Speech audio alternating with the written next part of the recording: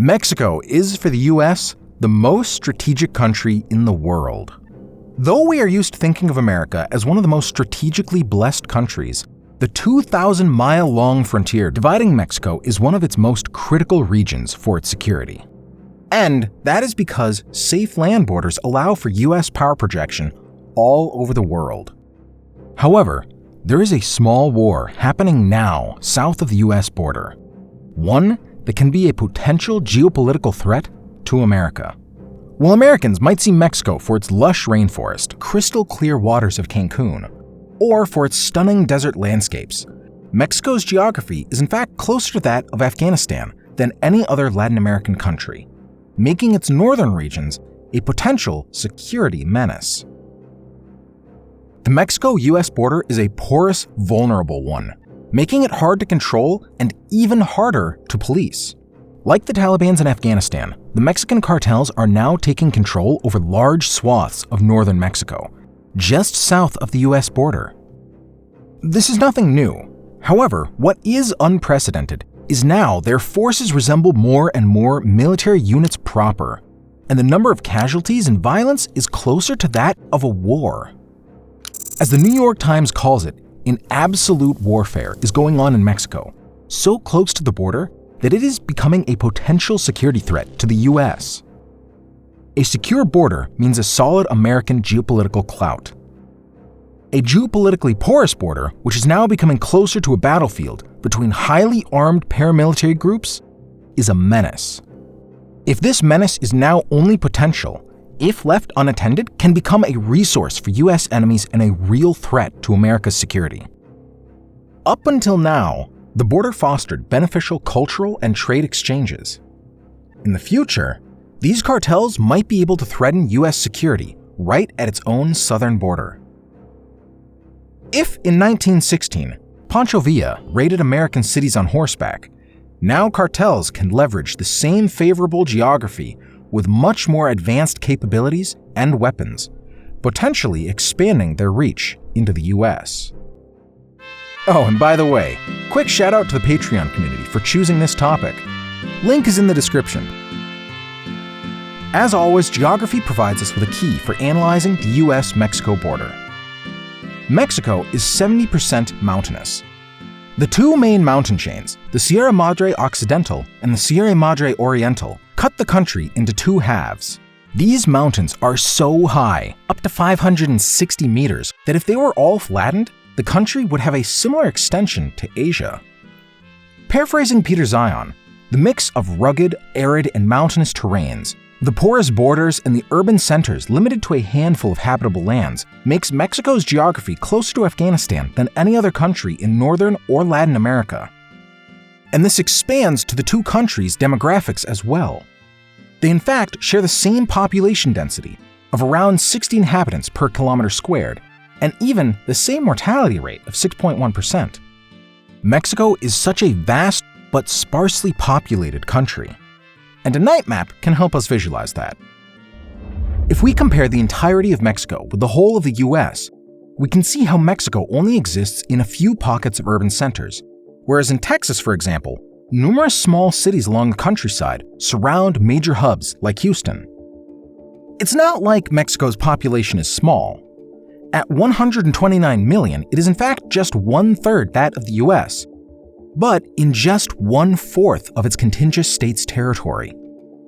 This means that the country is much more densely populated, but in just a few parts of its vast territory.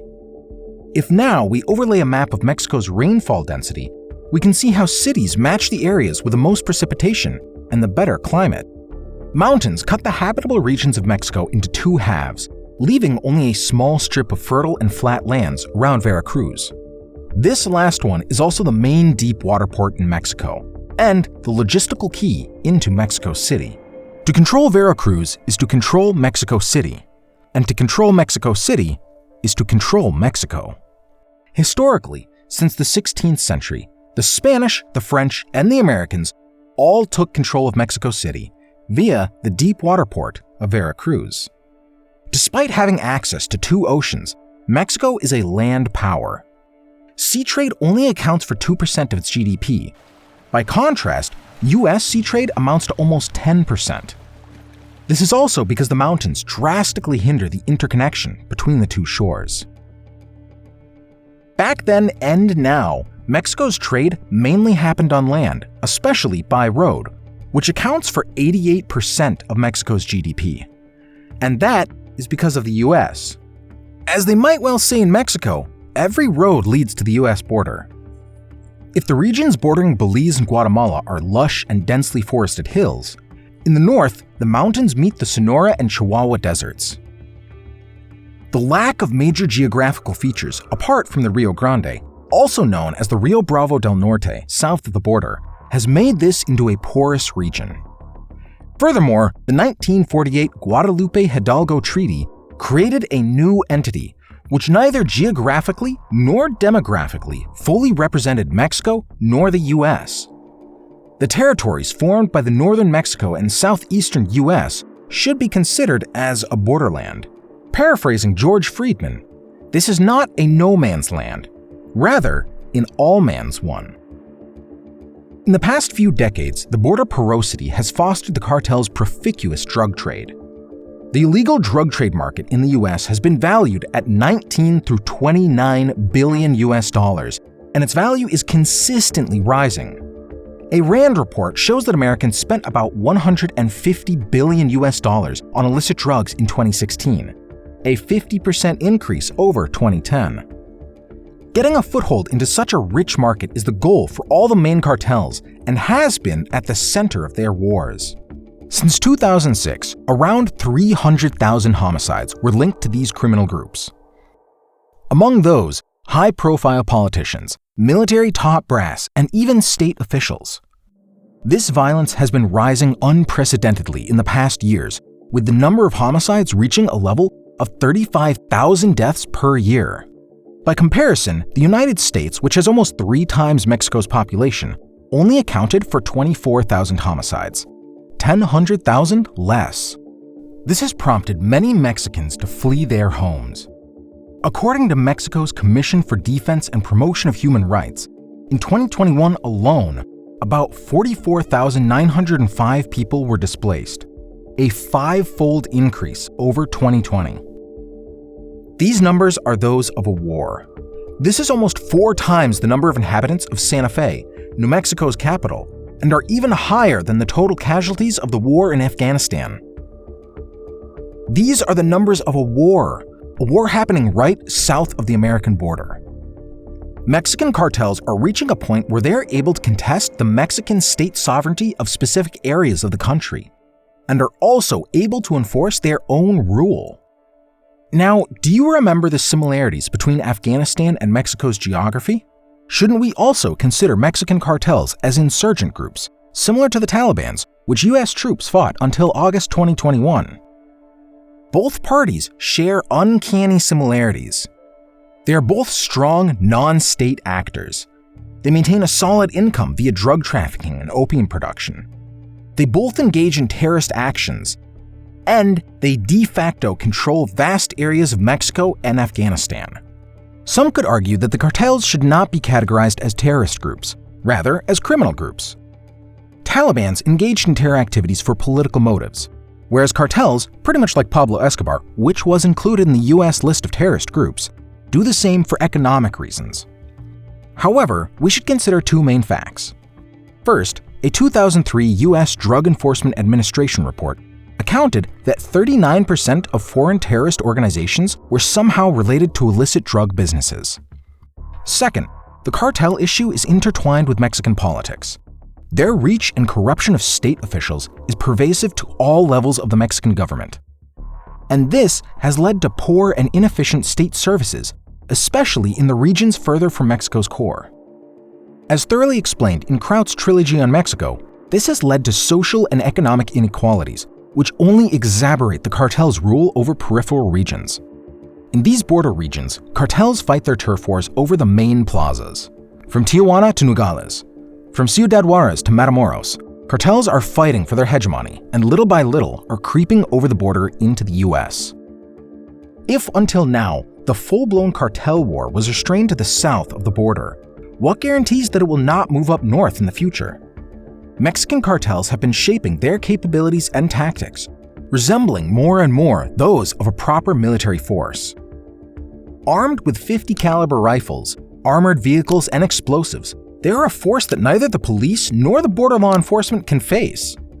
If Mexico and the US will have to fight heads on these criminal organizations, they would need all the tactics and experience developed during the conflict in Afghanistan. Mexico has been ramping up its police capabilities. In 2019, President López Obrador disbanded the federal police, creating the new National Guard under the Ministry of Security.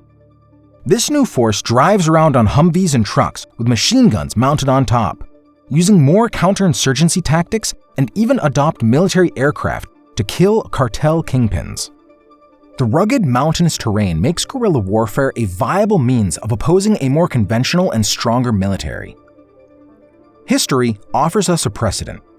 In 1916, these same mountains helped Pancho Villa escape from General John J. Pershing after raiding American cities along the border. Now, that same geography helps the cartels thrive. First, it helps insulate them from Mexico's core and its law enforcement reach. Second, if I learned something from Breaking Bad, which, not by chance, takes place close to the border in New Mexico, it creates the backbone of the cartel's business: the production of opioids and methamphetamines. In particular, the so-called Triangulo Dorado, or the Golden Triangle in English, is the main region where cartels contend Mexico's government rule and have established their main drug production sites. This is a region that sits about 2,000 meters above sea level, tucked deep inside the Sierra Madre Occidental. It is a very remote place, poorly connected to Mexico's core, and with the ideal climate for opium agriculture. Here, these plants find the perfect conditions of snowy winter, drizzly spring, and overall dry weather until the plant maturation. In Mexico are thus produced the majority of heroin and methamphetamines used in the US, while cocaine is mostly made in Colombia and subsequently moved to the United States by Mexican cartels. Mexico is also, on par with China, a leader in the production of fentanyl, a synthetic opioid many times stronger than heroin. The amount of fentanyl seized by Mexican authorities skyrocketed in the last 2 years. However, this business has a main weakness. It heavily leverages on logistics. For example, opium culture requires a heavy amount of fertilizer, as they quickly deteriorate the soil and also need constant irrigation before winter snow. And, most importantly, the final product must be moved to the final consumer. The majority of Mexico's produced illegal drugs get confiscated at the 300 ports of entry spread throughout the border. However, cartels have been employing a wide variety of tactics to avoid law enforcement agencies, like the smuggling via submarines, airplanes, and drones. In order to hinder the cartel's military and economic clout, it is important that this area is put under control. However, Mexico lacks the physical hardware to control its vast air and sea spaces.